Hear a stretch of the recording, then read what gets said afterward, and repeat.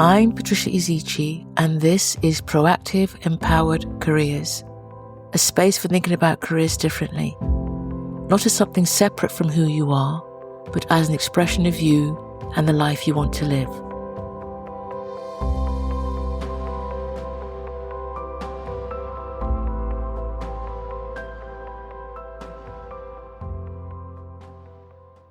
Hello everyone and welcome back. Now before we get into today's episode, I just want to pause for a moment because this is episode 10 and that is important to acknowledge. Because what we've been doing over the last few episodes hasn't been random. We've been building and exploring something together step by step. Starting with learning to listen to yourself, then trusting what you hear, exploring permission and questioning what success actually feels like, to noticing what fits and what doesn't. And you might have started to notice something shifting in yourself. A sort of opening up, I hope. A sense that things aren't as fixed as you might have thought they were, that your life and your career aren't separate from you or set paths to follow, but something that can change, something that can evolve. And as I've been creating these podcasts, I've been aware that this hasn't just been a process for you. It's been a process for me too. Finding my voice, saying what I actually think, sharing ideas that matter to me, and everything that comes with that, the uncertainty, the exposure, the moments where I've wondered how something might have been received by you all. So there's been a kind of parallel process happening here. What we're exploring together is also something I'm moving through myself in real time. And in a way, that makes this next part feel even more relevant. Because once you can hear yourself, and once you're beginning to trust that, and once you're beginning to allow yourself to want what you want, and you're starting to recognize what fits and what doesn't, and things begin to feel more open, you begin to see more possibility. And when you begin to see more possibility, you're faced with something else. Choice. And choice is what we're going to be talking about today, in case I forgot to mention that in my being excited about it being 10 episodes. So we're going to be exploring choice today. So what do I mean by choice? What do we mean by choice when we say that word? Because it sounds so simple, doesn't it? And we make choices all the time. Choices about what to say, what to do, what to prioritize, what to move towards or what to move away from. But the kind of choice we're talking about here is different.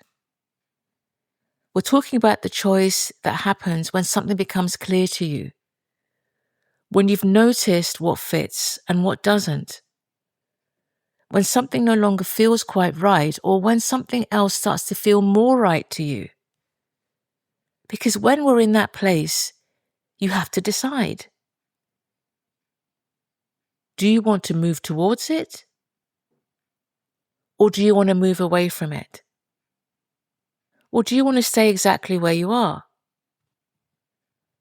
And in that moment, you're making a choice, whether it feels like it or not. And this is where choice starts to feel more complicated, because we really only want to make decisions when we feel certain about something, when we're sure, when we feel we've worked it all out and we know it's the right thing to do.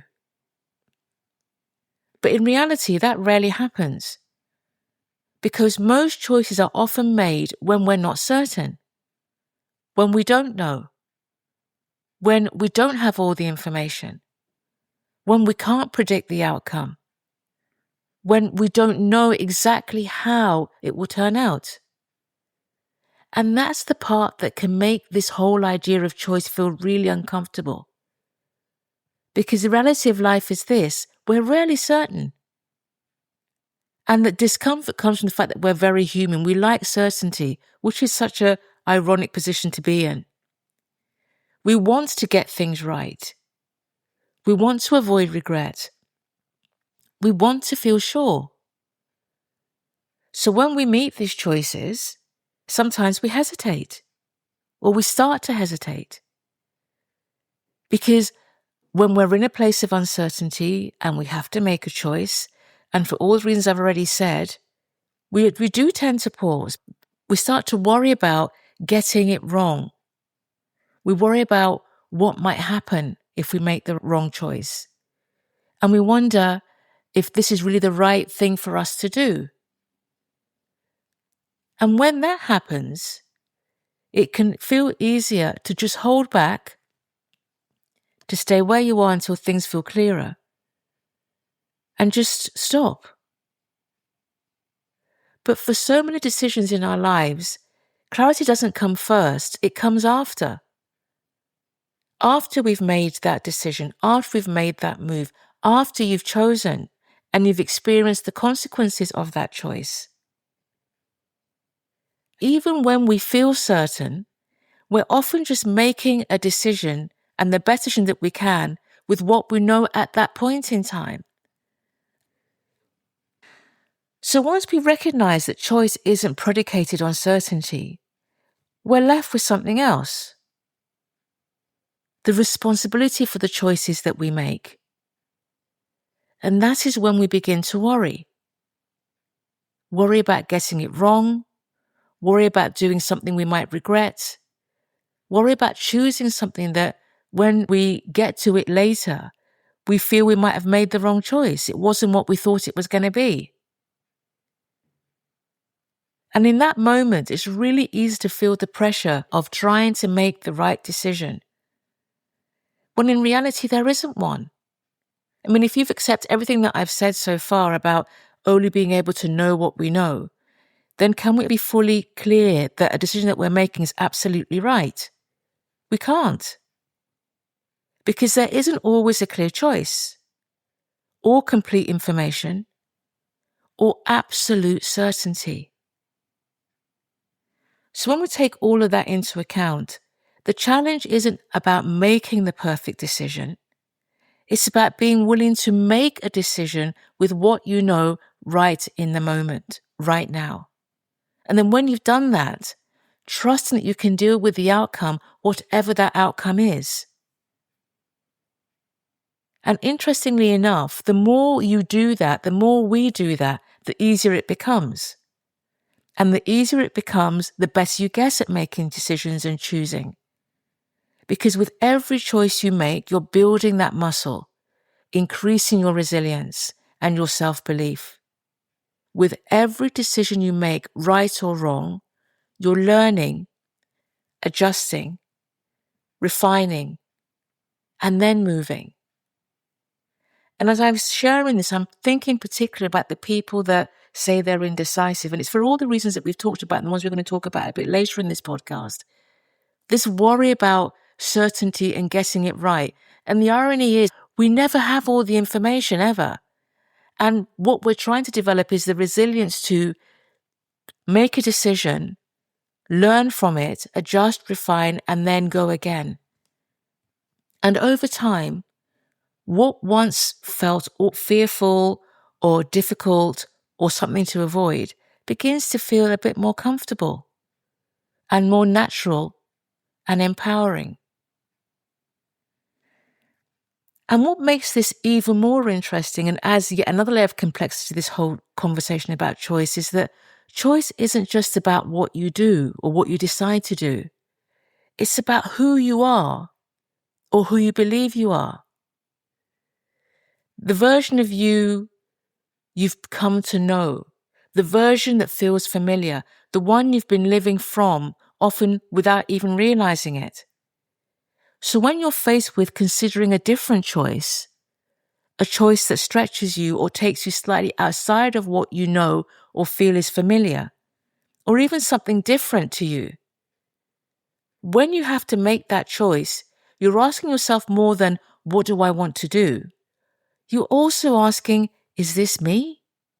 Am I the kind of person who would do this? What does it mean if I choose to do this? So choosing is way more complicated than just A or B or black and white, because sometimes the choice in front of you doesn't match who you understand yourself to be in that moment, or the you other people have come to expect. So it's not just about the decision itself, it's about what that decision might change for you, even in small ways. How you see yourself, how others might see you, what feels familiar, what no longer does. And that can make even a simple choice feel much bigger than it actually is. So yes, it does get more complicated, and choosing is complicated. So all the indecisive people out there, this is why it's complicated. And when you start to see all of that, it makes perfect sense that we don't always leap into a choice. And avoiding a choice often isn't about indecision. It's about everything we've just talked about: uncertainty, the responsibility of the decision that you make, fear of getting it wrong, the impact it might have, the way it might change how we see ourselves or how others see us. So, we hesitate. And that hesitation can show up in lots of different ways. You might find yourself waiting, telling yourself it's not the right time, that you need a bit more clarity, you need a bit more information, you need a bit more certainty. You procrastinate, you prevaricate, and you might find yourself going round and round in circles, thinking about the same decision again and again without actually moving. Or just staying where you are, even when something in you knows this isn't the right thing for you anymore. So as I say all this, does any of it feel familiar? Because I'm sure it does. As I'm saying, it feels familiar to me in my experiences. And from the outside, it can look like indecision. But on the inside, all we're trying to do is to manage all of those competing thoughts and feelings at the same time. And we're trying to get to a place where the choice we make feels safe. And this is where we can make it more manageable. Because choice doesn't only exist in the really big, life-defining moments. It's there in all the small moments as well, in the everydayness of our lives, in how you respond to something, in what you say yes to, in what you say no to, in what you allow, what you question. Small choices over time begin to shape your direction.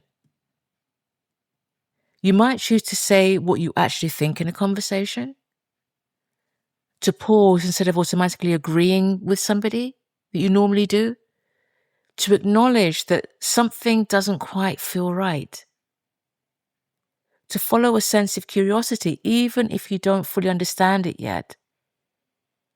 And those small choices matter because they're building to something.